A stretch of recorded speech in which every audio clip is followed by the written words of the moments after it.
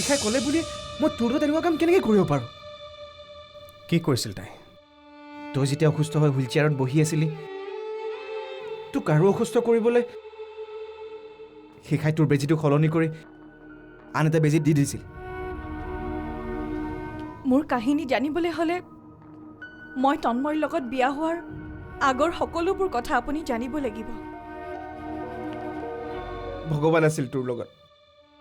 অসুস্থতা বঢ়াটো দূৰৰে কথা, তই ভাল হৈ গলি। মোক ক্ষমা কৰি দে দাদা, প্লিজ দাদা, মোক ক্ষমা কৰি দে তই। তেওঁ ঢুকোৱাৰ পিছতে তেওঁৰ ঘৰৰ মানুহে মোক ঘৰৰ পৰা উলিয়াই দিছিল আৰু মই মাহঁতৰ ঘৰলৈও যাব পৰা নাছিলোঁ। কাৰণ মোৰ মাহঁতৰ ইমান সামৰ্থক নাছিল যে মোক পোহপাল দিব। লাহে লাহে চেষ্টাৰ ফলত সৰুকৈ চাকৰি এটা পালোঁ, কিন্তু কেইবছৰমান পাছতে কোম্পানীটোৱে বন্ধ হৈ থাকিল। পুনৰ মোৰ অৱস্থা আগৰ দৰেই হ'ল। আপুনি কওকচোন বাইদেউ, মোৰ কি সুখী হোৱাৰ অকণো অধিকাৰ নাই? বিধৱা হ'লো বুলি পুনৰবাৰ বিয়া হোৱাৰ অধিকাৰ নাই?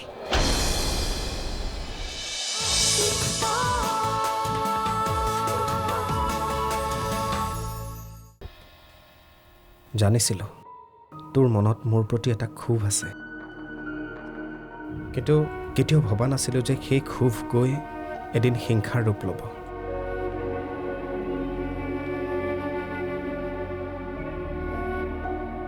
হয়তো ভুল মোৰেই, মই তোক সেইখিনি গুৰুত্বই নিদিলোঁ কেতিয়াও। যি গুৰুত্ব এজন ককায়েকে নিজৰ ভায়েকক দিব লাগে, বাদ দে সেইবোৰ, পাহৰি যা পুৰণি কথা। আমি আকৌ নতুনকৈ আৰম্ভ কৰিম।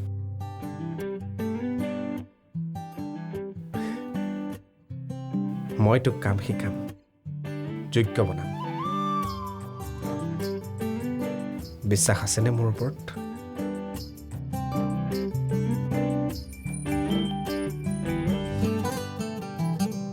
কাইলৈৰ পৰা তোৰ জীৱনৰ নতুন আৰম্ভণি হ'ব। তই পুনৰ অফিচ জইন কৰিবি। মই কি কৰোঁ, কেনেকৈ কৰোঁ, সকলো চাই থাকিবি। হ'ব দাদা, মই ভালকৈ কাম কৰিম। কিন্তু কি? শিখাক মই আৰু মোৰ জীৱনত নিবিচাৰোঁ। দেউতাই কাইলৈ কি সিদ্ধান্ত লয় মই নাজানো, কিন্তু মই কোনোপধ্যে শিখাক আৰু মোৰ জীৱনত কেতিয়াও স্বীকাৰ নকৰোঁ। তই চিন্তা নকৰিবি, তোৰ জীৱন মই কেতিয়াও ধ্বংস হ'বলৈ নিদিওঁ। শিখাৰ এই নিশাটোৱেই এইখন ঘৰত অন্তিমটো নিশা। কাইলৈৰ পৰা তোৰ জীৱনত তাই ছাঁটোও বিচাৰি নাপাব।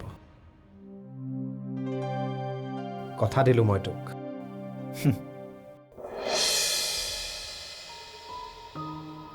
এতিয়া তুমি মোক কোৱাচোন, কোন আছিল সেইজন যাৰ লগত তুমি ফোনত কথা পাতি থকা তন্ময় শুনিছিল? মোৰ দাদা।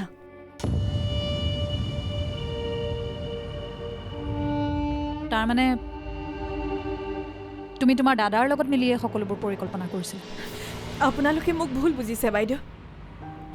মই কেতিয়াও ভবা নাছিলোঁ যে তন্ময়ক ঠগি সকলোবোৰ সা সম্পত্তি নিজৰ কৰি গুচি যাম। মই বিচাৰিছিলোঁ সকলোবোৰ তন্ময়ৰ নামত হওক, যাতে মোৰ আগৰ দৰে অৱস্থা নহওক, যাতে তন্ময় ন্যায় পাওক। তাকতো এনেও কোনো মানুহ বুলিয়ে নাভাবে। মই কেৱল নিজৰ বাবে পৰিকল্পনা কৰা নাছিলোঁ, আমাৰ বাবে কৰিছিলোঁ, যাতে তন্ময় আৰু মোৰ জীৱন সুৰক্ষিত হওক, ভৱিষ্যতে যাতে কাৰো সন্মুখত হাত পাতিবলগীয়া নহওক।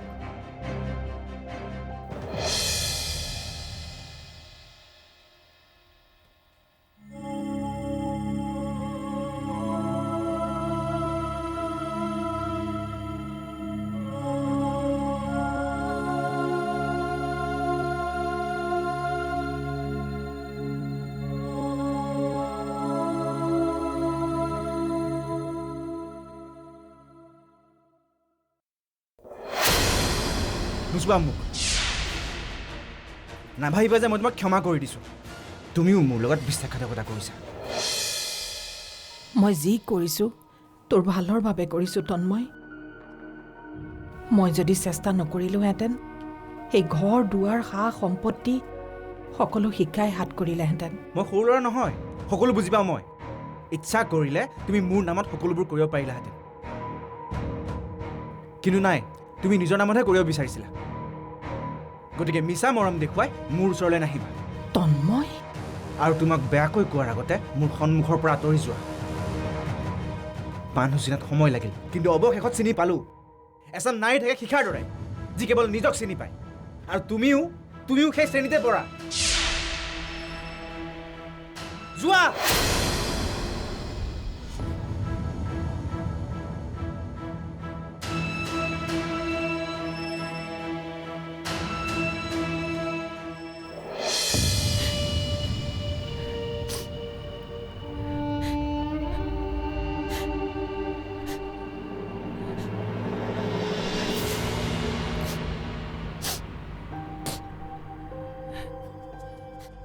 তোমাৰ ভুলৰ শাস্তি এয়াই যে তুমি এইখন ঘৰলৈ আৰু কেতিয়াও নাহিবা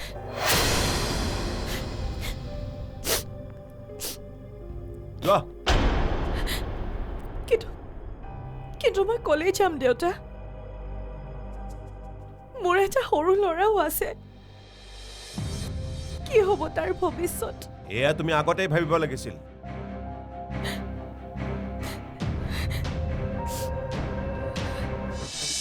তোমাৰ আৰু তন্ময়ৰ মাজৰ সম্পৰ্ক অতি শীঘ্ৰে আইনী প্ৰক্ৰিয়াৰে শেষ কৰা হ'ব তাৰ পাছত তন্ময়ৰ ওপৰত তোমাৰ কোনো অধিকাৰ নাথাকিব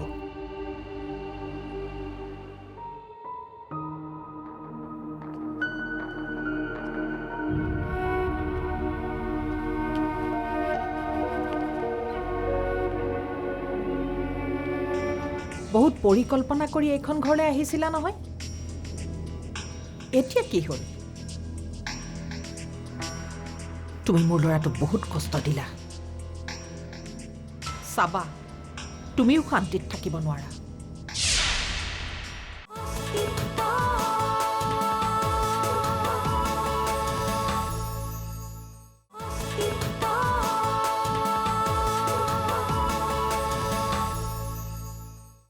কিন্তু মই কলেই যাম দেউতা মোৰ এটা সৰু ল'ৰাও আছে কি হ'ব তাৰ ভৱিষ্যত এয়া তুমি আগতেই ভাবিব লাগিছিল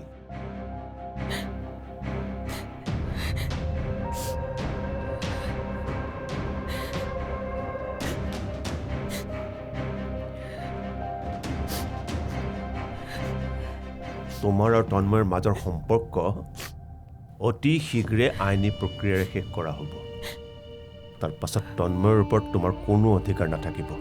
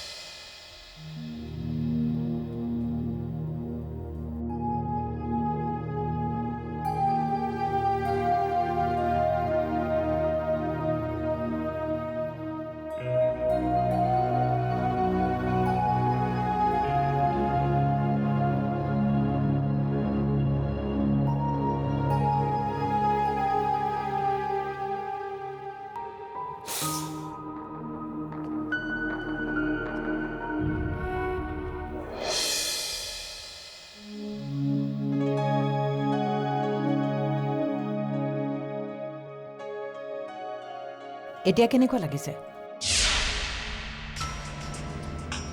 বহুত পৰিকল্পনা কৰি এইখন ঘৰলৈ আহিছিলা নহয় এতিয়া কি হ'ল তুমি মোৰ ল'ৰাটোক বহুত কষ্ট দিলা চাবা তুমিও শান্তিত থাকিব নোৱাৰা যদি ভগৱান আছে সেই ভগৱানে তোমাক শাস্তি দিব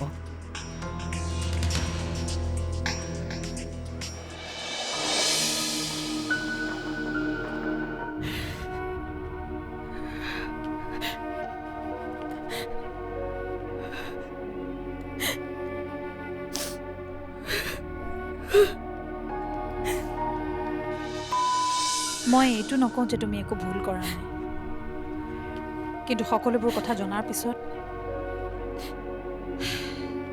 মই তোমাক অপৰাধীও সজাব পৰা নাই আচলতে কি জানা আমাৰ নাৰীবোৰৰ জীৱনত সংঘাতৰ কাহিনীবোৰ বেলেগ বেলেগ কিন্তু সংঘাত সকলোৰে আছে মই কথা দিছোঁ বাইদেউ আপুনি যেনেকৈ বিচাৰে মই সেয়াই কৰিম কিন্তু এতিয়া ঘৰৰ প্ৰতিজন সদস্যৰ বাবেই তুমি অপ্ৰিয় এইখিনি সময়ত মোৰ কথা কোনেও নুশুনে জানা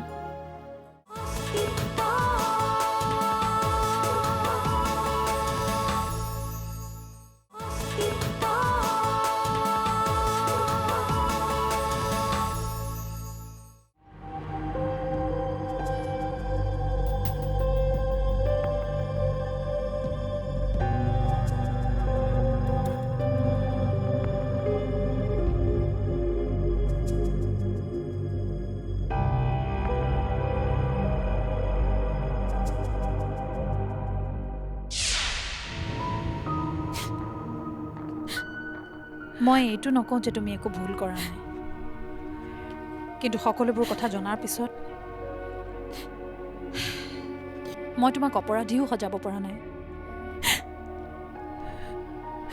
আচলতে কি জানা আমাৰ নাৰীবোৰৰ জীৱনত সংঘাতৰ কাহিনীবোৰ বেলেগ বেলেগ কিন্তু সংঘাত সকলোৰে আছে মোৰো আছে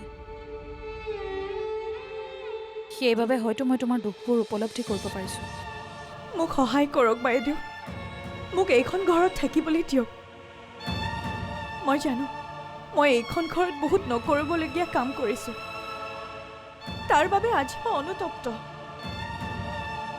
তাৰ বাবে মোক শাস্তি দিয়ক বাইদেউ মই সকলো শাস্তি মানি লওঁ কিন্তু মোক এইখন ঘৰৰ পৰা উলিয়াই নিদিব কলৈ যাম কি কৰিম পুনৰ মোক এইখন নৰকলৈ ঠেলি নিদিব বাইদেউ নাকান্দিবাচোন কান্দিলে জানো সমস্যাবোৰ সমাধান হ'ব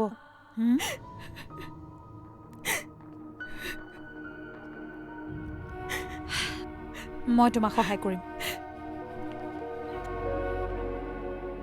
কিন্তু তুমি মোক কিন্তু এটা প্ৰতিশ্ৰুতি দিব লাগিব যে ভৱিষ্যতে তুমি এনে কাম কেতিয়াও নকৰা গতিকে তুমি মোক কথা দিয়া তুমি এইখন ঘৰ নিজৰ বুলি ভাবিবা আৰু পত্নী হিচাপে তন্ময়ৰ প্ৰতি থকা তোমাৰ প্ৰতিটো দায়িত্ব তুমি পালন কৰিবা মই কথা দিছোঁ বাইদেউ আপুনি যেনেকৈ বিচাৰে মই সেয়াই কৰিম কিন্তু এতিয়া ঘৰৰ প্ৰতিজন সদস্যৰ বাবেই তুমি অপ্ৰিয় এইখিনি সময়ত মোৰ কথা কোনেও নুশুনে জানা তুমি মোক অকণমান সময় দিয়া মই তোমাক কথা দিছোঁ যদি তুমি সঁচাকৈ সলনি হোৱা মই তোমাক এইখন ঘৰলৈ উভতাই আনিম